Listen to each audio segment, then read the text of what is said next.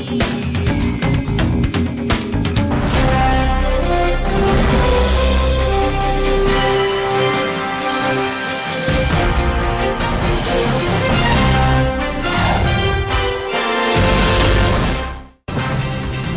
செய்திகள்.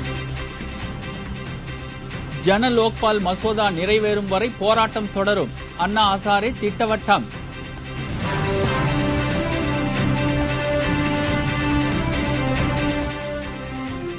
காலக்கெடு வைத்து லோக்பால் மசோதாவை நிறைவேற்றுவது இயலாத காரியம். பிரதமர் மன்மோகன் சிங் பேட்டி.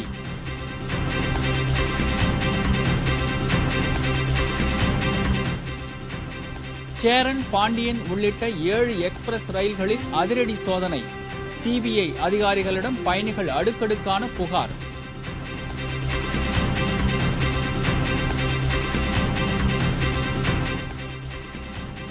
ஏறிக்கொண்டே போகும் தங்கத்தின் விலை. சவரன் 21,000 தாண்டியதால் பொதுமக்கள் அதிர்ச்சி.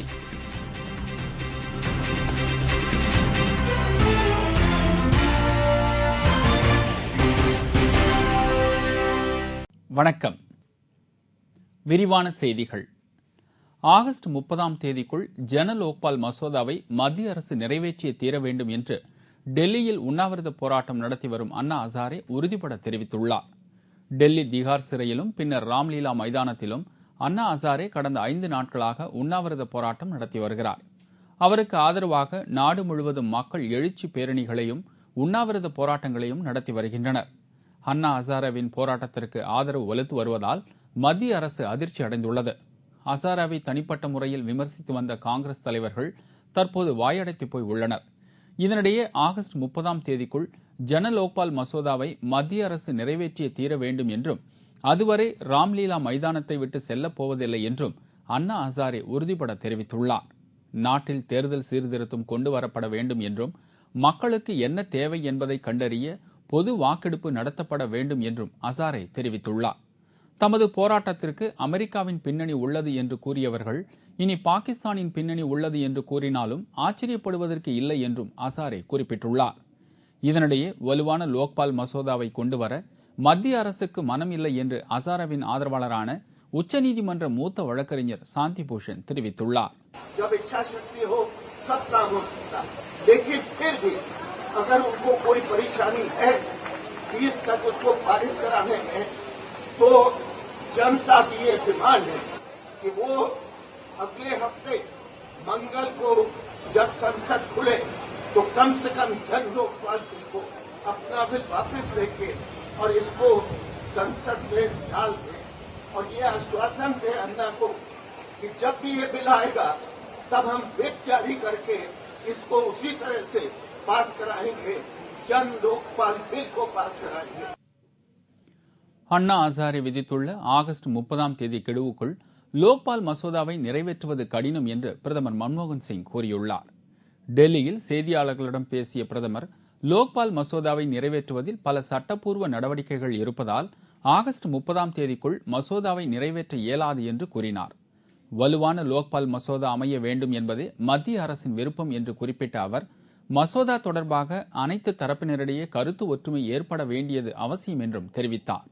I hope that people will appreciate that there is a dynamic of the legislative process which takes time sometimes to get over, but that we must all work together to push forward the case for a strong and effective Lokpal, and whatever obstacles come in the way, we should remove them. Railway துறையில் பல்வேறு முறைகேடுகள் நடைபெறுவதாக புகார்கள் வந்ததால் தமிழகத்தில் CBI அதிகாரிகள் இன்று அதிரடி சோதனை நடத்தினார்கள். சேரன், பாண்டியன், நெல்லை, ராக்போர்ட் உள்ளிட்ட 7 எக்ஸ்பிரஸ் ரயில்களில் இந்த சோதனை நடத்தப்பட்டது. இரவு நேரத்தில் சிபிஐ அதிகாரிகள் பயணிகளோடு பயணிகளாக ரயில்களில் ஏறி இந்த சோதனையை நடத்தினார்கள். பயணிகளின் டிக்கெட்டுகள், ரயில் இருக்கைகள், படுக்கைகள், கழிப்பறை வசதி போன்ற அனைத்தையும் அதிகாரிகள் ஆய்வு செய்தனர். இதில் பயணிகள் பல்வேறு புகார்களை தெரிவித்துள்ளனர். ரயில்கள் பராமரிப்பில் பல்வேறு முறைகேடுகள் நடந்திருப்பதாகவும் கூறப்படுகிறது. சிபிஐ அதிகாரிகள் பயணிகளிடமும் அதிகாரிகளிடமும் விசாரணை நடத்தி எழுத்துப்பூர்வமாக எழுதி வாங்கியுள்ளதால் ரயில்வே ஊழியர்கள் அதிர்ச்சியில் ஆழ்ந்துள்ளனர். தங்கத்தின் விலை நடுத்தர மக்கள் பெருமூச்சு விடும் அளவிற்கு தொடர்ந்து உயர்ந்து கொண்டே போகிறது. 18,000 தொட்ட ஒரு சவரன் தங்கத்தின் விலை பின்னர் 19,000, 20,000 என அசுர வேகத்தில் உயர்ந்து தற்போது 21,000 தாண்டிவிட்டது. நேற்று மட்டும் ஒரே நாளில் 800 ரூபாய்க்கு மேல் உயர்ந்த தங்கத்தின் விலை அனைவரையும் அதிர்ச்சியில் ஆழ்த்தியது. இன்று மீண்டும் அதிகரித்து வரும் ஒரு சவரன் தங்கத்தின் விலை 21,000 தாண்டியது. இன்று ஒரு சவரன் தங்கம் 21,032 ரூபாய்க்கு விற்கப்பட்டது. இந்த கடுமையான விலை உயர்வு மக்களை அதிர்ச்சியில் ஆழ்த்தியுள்ளது. டெய்லி கோல்டு ரேட் ஏறிட்டே வரதுனால மிடில் கிளாஸ் ஃபேமிலிஸ்லாம் ரொம்ப சஃபர் ஆகிட்டே இருக்காங்க. நாங்கள் மேரேஜ் வச்சுருக்கோம், அதனால் இப்போ இன்னும் ஏறும்னு சொல்லிட்டு இப்போ நாங்கள் கோல்டு பர்ச்சேஸ் பண்ண வந்திருக்கோம். கொஞ்சம் ஏதாவது கவர்மெண்ட் ஸ்டெப் எடுத்தால் நல்லாயிருக்கும். மிடில் கிளாஸ் ஃபேமிலி ரொம்ப சஃபர் ஆகிறோம் இதனால். பண்டிகை காலம் வருவதால் இந்த விலை உயர்வு தொடர்ந்து நீடிக்கும் என்று நகை வியாபாரிகள் தெரிவித்துள்ளனர். தங்கத்தின் விலை எட்டாத உயரத்திற்கு சென்று கொண்டே இருப்பதால் மேலும் அதிகரித்து விடுமோ என்ற அச்சத்திலேயே பலர் தற்போது நகைகளை வாங்கிக் கொண்டிருப்பதாக கூறப்படுகிறது. லாரிகள் வேலை நிறுத்தம் நீடித்தால் காய்கறிகளின் விலை உயரும் என்று வியாபாரிகள் தெரிவித்துள்ளனர். டீசல் விலை உயர்வு, சுங்க வரி உயர்வு போன்றவற்றை ரத்து செய்ய வலியுறுத்தி நாடு முழுவதும் லாரி உரிமையாளர்கள் கடந்த 2 நாட்களாக வேலை நிறுத்தத்தில் ஈடுபட்டு வருகின்றனர். வட மாநிலங்களில் லாரிகள் ஓடாவிட்டாலும் தமிழ்நாட்டில் பல இடங்களில் லாரிகள் இயக்கப்படுகின்றன. சென்னை, கோயம்பேட்டுக்கு வெளி மாநிலங்களிலிருந்து வரும் லாரிகள் வரவில்லை. இருப்பினும் கோயம்பேடு வியாபாரிகள் முன்கூட்டியே சரக்குகளை இருப்பு வைத்துள்ளதால் காய்கறிகளின் விலை உயராமல் உள்ளது. வேலை நிறுத்தம் மேலும் நீடித்தால் காய்கறிகளின் விலை உயரும் என்று வியாபாரிகள் தெரிவித்துள்ளனர். ஸ்ட்ரைக் அறிவிக்கிறது முன்னாடி கம்மியா இருந்தது. ஸ்ட்ரைக் அறிவிச்ச பிறகு இப்போதைக்கு 20 ரூபா 25 ரூபா வித்துக்கிட்டு இருக்கு. அது இன்னும் 2 நாளைக்கு தொடங்குமானால், நீடிக்குமானால் 40லேருந்து 60, 100 ரூபா வரைக்கும் கூட விற்கிறதுக்கு வாய்ப்புகள் இருக்கு. அதனால இதை இன்னும் 2 நாள் 2-3 நாளைக்குள்ள இந்த ஸ்ட்ரைக்கை வாபஸ் வாங்குறதுக்காக அரசு சரியான நடவடிக்கை எடுத்தால் நல்லா இருக்கும். லாரிகளின் வேலை நிறுத்தத்தால் கடந்த 2 நாட்களாக நாமக்கல்லில் சுமார் 10 கோடி கோழி முட்டைகள் தேங்கியுள்ளன. வேலை நிறுத்தத்தால் கடந்த 2 நாட்களில் சுமார் 7,000 கோடி ரூபாய் அளவிற்கு வருவாய் இழப்பு ஏற்பட்டுள்ளதாக கூறப்படுகிறது.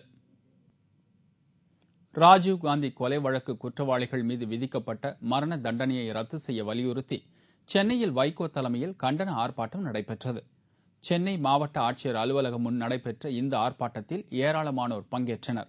இதில் ராஜீவ்காந்தி கொலை வழக்கில் முருகன், சாந்தன், பேரறிவாளன் ஆகியோர் மீது விதிக்கப்பட்டுள்ள தூக்கு தண்டனையை ரத்து செய்ய மத்திய அரசை தமிழக முதல்வர் வலியுறுத்த வேண்டும் என்று கோஷங்கள் எழுப்பினார்கள். 3 தமிழர் உயிர் காக்க, பேரறிவாளன் உயிர் காக்க, சாந்தனின் உயிர் காக்க தாய்மாரெல்லாம் வேண்டுகிறார்.